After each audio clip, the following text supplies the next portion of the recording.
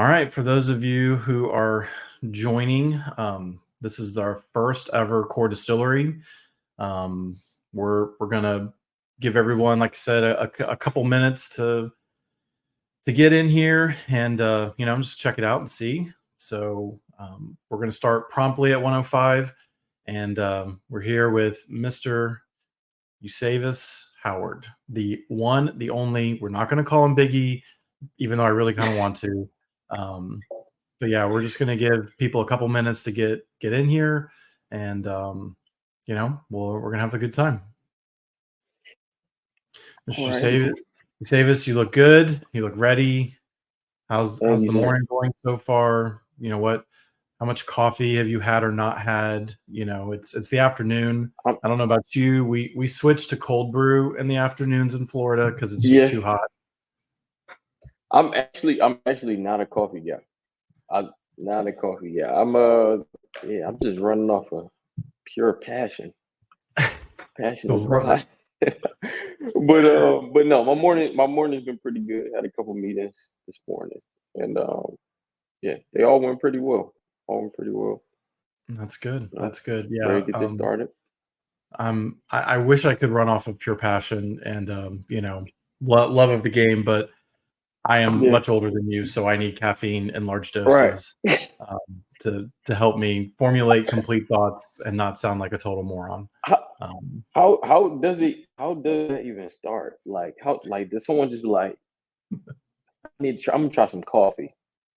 Like, yeah, and then because I tried it a couple times, like, taste it. I can't do it. I don't like the coffee taste, the taste of coffee, even the sweet ones. I'm like, it's not it. man, that is very disheartening. But like most things, it's an acquired taste. Um, you Yeah. know, Okay. I- we all. So one day you was just like, yeah, let me taste this coffee. So yeah, not again. We are only having this conversation because we're giving people 2 minutes.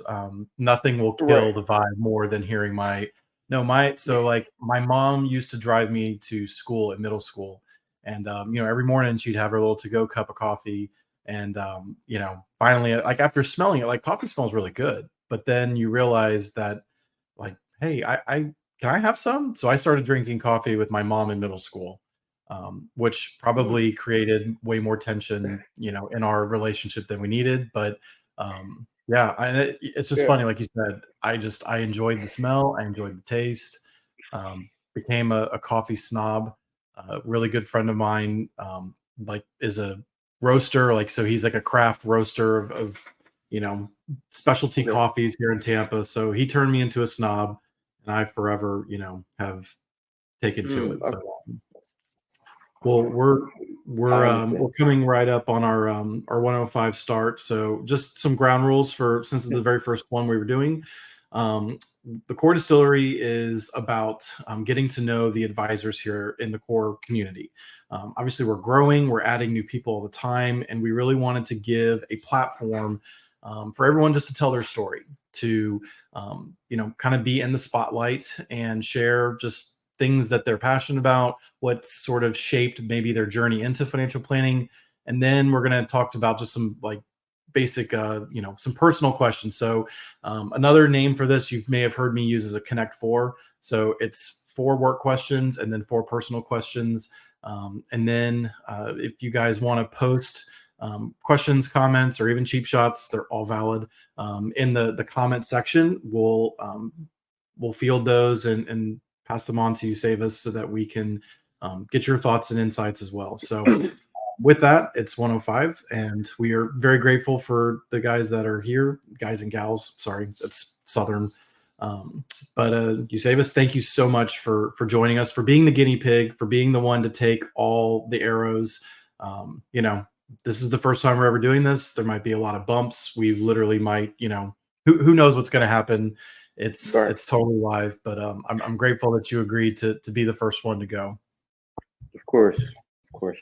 I'm excited. So I'm really excited. with that, we are going to ask you four work questions and then four personal questions. So the Okay. first up is pretty simple. It's tell us about your journey into financial planning. Yeah. The short version, I was broke. That's the short version of it. But no, it started in school when I was going to Ohio State, and I tell this story all the time that I had a friend and we did college pro painting, and we were just painting houses, just broke college students painting houses, $8 an hour, and it was just one day we were painting like, hey, like you ever like think about doing stocks or anything?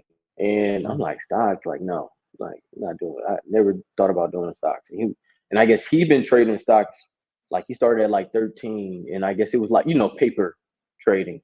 Mhm. And he like, yeah, just come over like, tonight and I'll show you like, some stuff about stocks. And I went over there, and like I said, he kind of told me like what I'm like, what is a PE? What does PE ratio mean? What does that mean? And then he like look it up, like price to earning ratio. And then I just kind of went down that rabbit hole. And then another friend of mine was like, why we never thought about being millionaires? And I was like, I don't know. I was going to school for veterinary medicine, so Wow. I'm like, I don't know. And just end up going down that rabbit hole of just learning about money. And then I was like, you know what? Why be a vet when I can own a clinic? Like, and I was Mhm. running track and I was playing sports, and I was like, why be a football player when I can own a team? I kind of just Wow. started thinking bigger about things.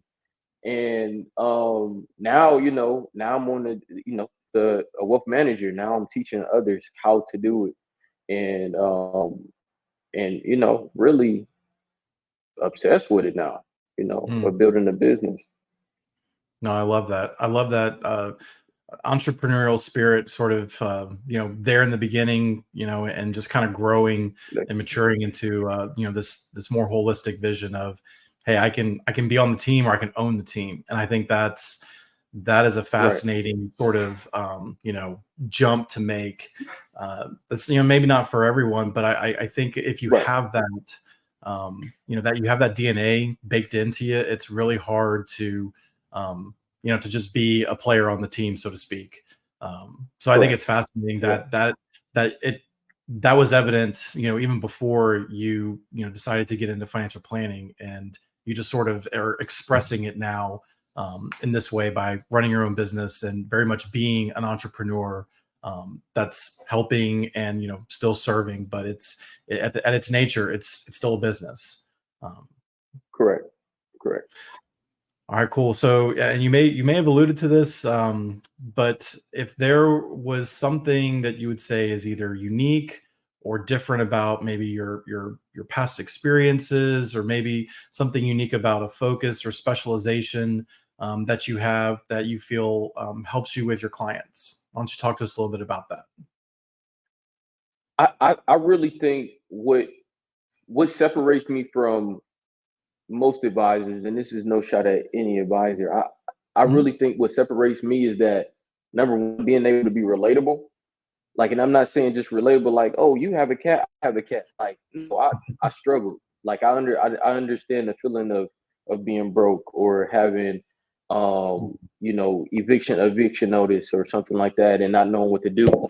And I also know the feeling of like needing somebody to help me with this. Like, I didn't grow with the help. Like, Mhm. if I wasn't Yeah. doing college pro painting, I probably still would have been just now learning what I learned then. So Mhm. like having that mentorship, I really value mentorship. I'm really big on mentorship. And also, and I feel like, to be a mentor, I have to lead by example. Right. Mhm. So before then, but definitely, starting then from that point on, like I just became, studious, honestly. Just really learning like everything that I can about it. And it's like now that I know, and I went through the hardship, and I went and I create and I, was a trailblazer, created this path. It's like now let me just lead people down this path. And I'm still learning. I'm still learning. But I know with me just doing this every day that I probably know more than the average person. Right. Yeah. So, and it's like, let me help them. It's great people out there with that have the ability to do exactly what I'm doing, or just be financially free, right? As we like to say, and they just need guidance, right? Yeah. And now that I'm in that position to do that, like it's like, I'm trying to really teach, but not only teach what I feel like I think that's what all advisors should do. But I think the other part of that is the service, and that's where I think that we're not really focused on. And I'm really big on service, right? Like Hmm. Chick-fil-A is a restaurant, and McDonald's is a restaurant, but who known for their service, Yeah. right? Yeah. So and that's what, and they close on Sunday. They're not even open every day. They close on Sundays. So they provide great service and not get to close on like, but everyone Yeah. else stays open. And that's what I really want to bring to the industry. I feel like the industry, we are required to know, and it's a standard for how much you know, but it's not a standard for service. And that's what I really want to like, I guess, set the bar. Like Hmm. this level of service. My client can go speak to someone else and they just like, man, it's not like Eusevius though. Yeah. It's not that Chick-fil-A service though. That's what Yeah. I feel like separates me, honestly. No, I love that. And yeah, it's so funny when, you're going through that drive-through and you hear like, it's my pleasure. It's this tiny, tiny little thing, but I'm telling you, every single time I hear it, it kind of just makes me smile just a little bit, right? Like Right, right, it's they could have just kind of been very dismissive, like, yeah, whatever, like, yeah, it's my job here to take your order, but right. it's my pleasure. Is just this tiny, tiny little nuanced detail that makes spending a fortune on chicken nuggets worthwhile. I've Right. got four crazy kids, so when we go through Chick-fil-A, like, it's an experience. And Yeah. that tiny little, again, just Mhm. they're very attentive, they're very, relatable, like you said. And I love that they touched on that, because I think that, this, I guess, the space we're growing up in is, I mean, information is infinite. Like, there is now Right. truly ubiquitous access to information. And so, people can find the answers to a lot of things. And it's the ability Yeah. for you to take all of your experience and all of your, wherewithal, your understanding, all the things you've learned through good choices and bad choices, and then being able to disseminate that into a relatable, connection for people. I think that's the mark of, advisors that are going to succeed in the future. Because if you're just looking to, even just being an educator, Right. again, It's they're not enough. they're It's not because enough. of this and AI, they're going to be able to ask and have a conversation with someone who's going to give them the answer to everything they ever want to know. Immediately. It's immediately, Right. and it's going to be pretty good. Like, right now it's still a little rough and it's still not maybe as impactful, but it's version 1.0. I mean, fast Right. forward out, 10 years from now, I think you're really going to have to get into that service and that relatable business. And Right. I don't know if everyone in the profession is ready for that. Obviously, we've got a lot of old gray-haired people like me that may not be, but I love that you hit Hmm. on that mentorship, because I think that's just such just a fertile ground to grow relationships that are lasting and meaningful, both for you and your clients. So with that, Definitely. the third question is, who would you say is your ideal client, that you like to serve? If you were going to kind of describe them, who would you say? So again, the rest of the core community can know this is you say this is, bread and butter.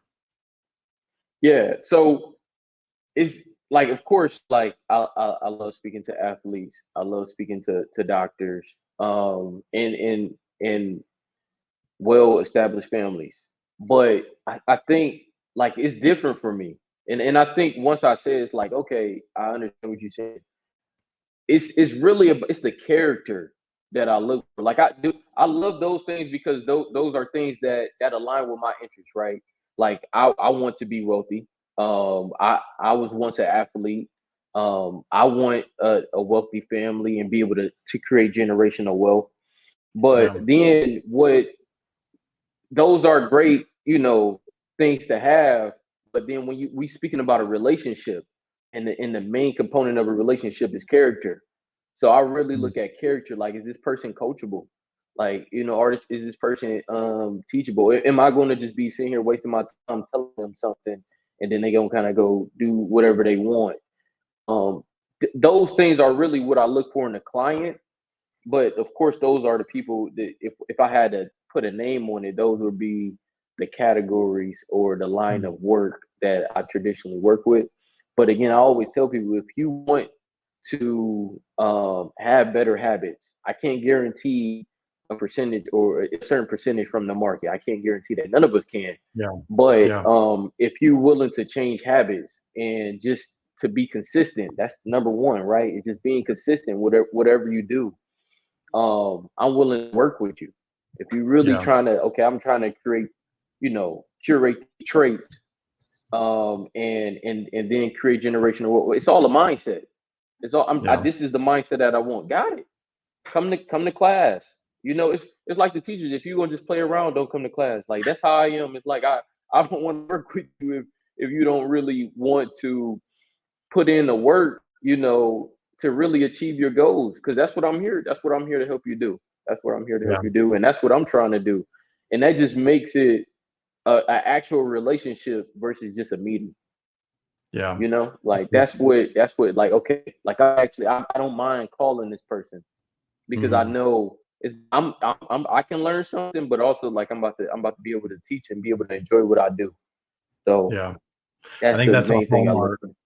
And maybe this is just, guys' DNA rubbing off on all of us, but I think that's a hallmark of the core, advisor is we love working with people we just enjoy being with, and Right. we sort of start from that mentality of, it's never really, a problem or begrudging when I've got to call people I enjoy having conversations with. And I love that you said too about that sort of that character and that mentality. And I would guess it has a lot to do with your athletic background, and that you just have to Right. build and Right. stack those good habits and those good routines, and that's just something that you intuitively know and do well. We'll save this for another day, but when I was at the University of Florida, I ran the tutoring facility because I was not good enough to be Mhm. an athlete. I had to, like, do the tutoring part for the athletes. And Mhm. you could just tell there were some that were there to just kind of get their free ride and mess around and enjoy being a medium-sized fish in a, medium-sized pond. But then there are others who were literally Right. there, just, I mean, completely taking advantage of every resource. You could see they're stacking these habits, and they were just like, wow, these people Right. are, so incredibly focused on building and growing. And that was really exciting. So then the last Exactly. question for our our sort of our business connect for is there anything that's surprised you about building with the core community? Is there anything that stood out to you? Maybe it's just been your favorite takeaway so far of, you're in this financial planning advising space, and you probably could have done it anywhere. You could have been successful Right. anywhere that you're doing it. What has been something that stood out to you about building it here with the core team? I think that, how can I explain this? It's, of course, the flexibility, which I feel like is on every, right, job post. Flexibility, like, but it's the being able to really create, like, what you want your practice to look like, and who you want to be, right? And it goes to say, how can I explain it? Like, it takes out the sales component Mm, completely. Um, Outside of, like, of course, you need to financially um be, be well, but mhm, it yeah, takes out the, hey, you gotta make $40 today. yeah, You got, like, if you don't make $40, like, you can't, like, it's no quota. It's yeah, no quota. So it gives you that time, which, when you think about really being a business owner, it's all about just having the time and just staying consistent with things, right? Like, activity is important. Activity is very important. But yeah, I can really. say that I don't want to work with this particular person because there's no sales involved. It's just Mhm. me being an advisor to the people I want to be an advisor to. If that's only 5 clients, then it's only 5 clients. If it's 100 clients, then it's 100 clients. But it's more than flexibility. It's really just creating what you want things to look like. And Mhm. you have that power. You have that power when you run in your practice independently, and Core's giving you that. So that's what I feel like is really big for me. I'm not really a salesperson. I feel like I'm good at what I do, but it's no need to, man, I gotta close this person, so I can give them something Right. to talk about next week. Yeah, if I don't meet my quota, like I'm getting fired. Like it's mine. It's my practice. I'm Yeah. independent. I want to work with this person, and however the long it takes for me to get into this market, or however long it takes for me to get this person to become a client, whatever it is, however many meetings it is, it's no, hey, you got to do things this way, and you got to hit these numbers by I don't know, August, whatever, or you no Right. longer can be here. That's a salesman. That's not an Yeah. advisor. And you notice in interviews, that's what they ask you. They don't ask you how many great experiences your clients had with you. No, how many? What's your book of business? What's your book of business number? Yeah. And I Yeah. think that's like we not about that. I think that's what was great about it. No, it's well said. I love that. We definitely have a different focus over here, and I think it leads to Yeah, better conversations, leads to better growth. And that's the hope, is that we can create an environment that has all of the benefits of the support network and the resources and the infrastructure of those larger shops, but ultimately it's the right, freedom and independence to do this thing exactly how you want to do it, how you see fit best with the kind of clients that you want to focus on and serve. And I hope right. that's the secret sauce that people see. All right, well, that was the hard part. Here comes the easy part. So Yeah, now for personal I'm ready. questions. And again, hopefully, as we do these things in the future, this is the section where, like you say, when you get to do this, we get to switch, and you get to Mhm. interview somebody. Like, this is where you get to ask whatever 4 questions you want. So these are my 4 that I kind of came up with. So first, like, what's your favorite music to blast in the car when you're by yourself? No one else, just you. What are we listening to? Who am I listening to? It's hard question because I would tell you why it's hard, because my favorite rapper, he don't really rap anymore. Wale don't consistently put out music. That's my favorite rapper, and then of course I still listen to Tupac. But lately I've been listening to Kodak Black, man. I don't know if you know who that is, but I've been listening to Kodak Black. So if it wasn't for my 14-year-old, yes, You what? he's definitely, I have a very eclectic music taste, but yes, Yeah, I know, I probably have seen the YouTubes and those things. yeah. And yes, I did just date Okay, myself. he got good Um, taste then. If you listen to Kodak Black, yeah, he he got good he taste. he he definitely keeps me young. The kids will always keep you young. That's awesome. Right. All right, so what's maybe a book, a show, a movie, something that recently you really enjoyed that, like, was Yeah. just wow, like that was awesome. Something you streamed on Netflix Yeah. or picked up, you name it. Okay, I'll give you all three. Favorite book, Marcus Aurelius Meditations. Then you said favorite movie, Step Brothers. Yeah. Step Brothers is my favorite. I will watch that movie over and over again.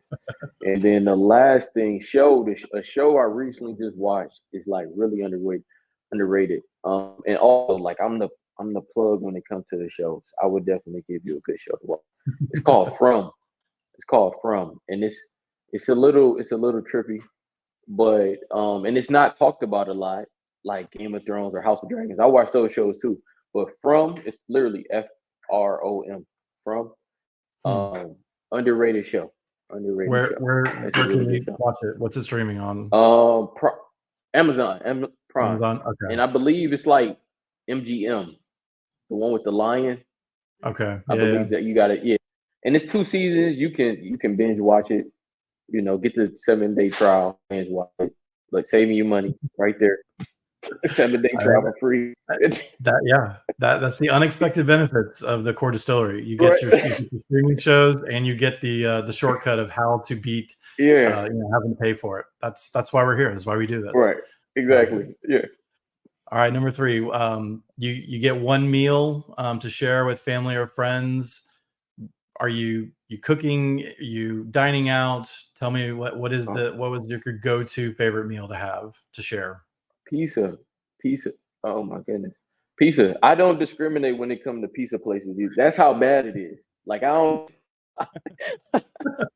I don't care where it's from. I'm probably and I'm not like this super like I need New York style. Like it's pizza, Detroit style, Chicago, New York. Like I had them all. So I just like pizza. It's like it's an addiction, really. I will eat pizza. I can eat pizza the rest of my life.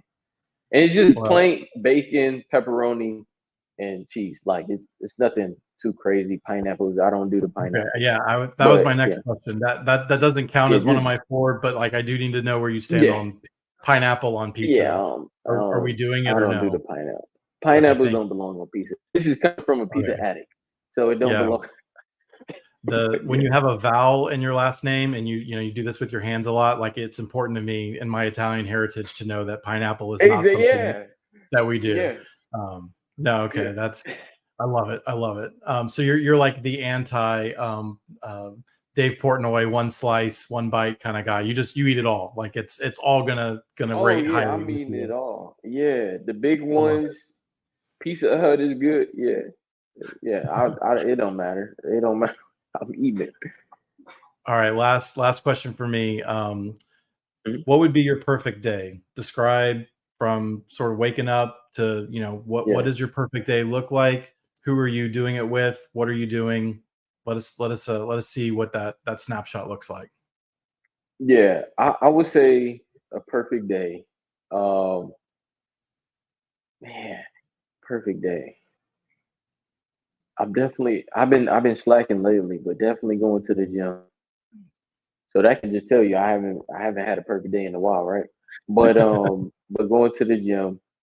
Um, oh, what else something I like to do? Football. Definitely if I'm watching football.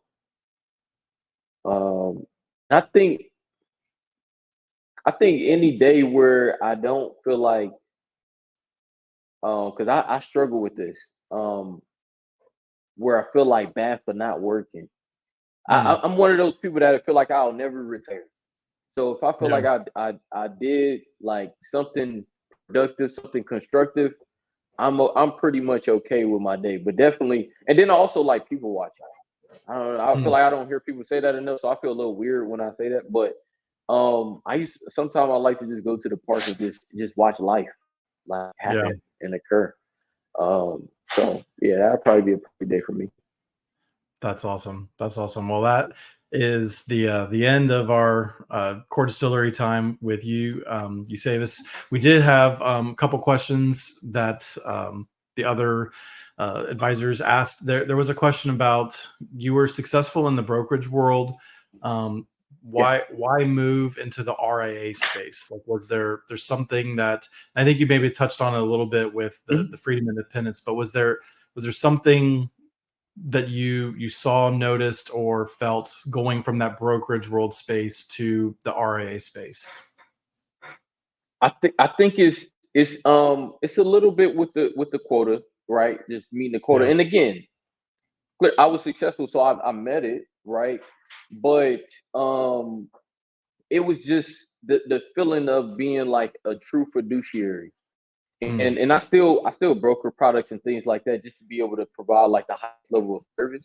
Like if it's something that you need, I have it. Yeah. Kind of like Yeah. that guy that will open up the coat jacket. I forgot what it is. The trench coat and just be like, I got it Yeah. for you. There's some. That Yeah. just to have everything under my belt. But I really I feel like in order to achieve the highest level of service, you have to be on this side. It has to be some independence in order for you to really create an identity. You have to be on this, to be just completely independent. Like this is what like I'm making. This is what like it's not a cookie cutter. Hmm. Not running a franchise. Like I'm running a Yeah. business, right? And it's a lot of things that I have to do like we kind of talk about it a little bit. I don't want to start like a whole conversation on it, but the working on the business, I spend a lot more time working on the business because I'm creating one versus in the business. And I'm able to actually not only be an advisor, right? I can talk about business planning because I have to do it myself. I have to be an entrepreneur myself. So I Yep. understand it at a higher level because I'm actually doing it, and the things that I'm telling you are applicable to you, and it's not just, hey, this is what this huge firm told me to do, and this is Mhm. the language that they give. It's no language. I'm telling you, I'm giving you experience. Yeah, So I I love that think that's what drove me. yeah, you brought us full circle back to that entrepreneurial spirit, you know, and the Yeah, RA space really aligns best with, you know, your desire to create something that is, you know, bigger than just yourself, you know, it's this, you know, definitely, opportunity definitely. to have this business. So yeah, I can't thank you enough. Again, Eusebius, thank you for being the willing first victim to work out all the Right. kinks and bugs. So, you know, if like I didn't hit record or something, I'm really sorry.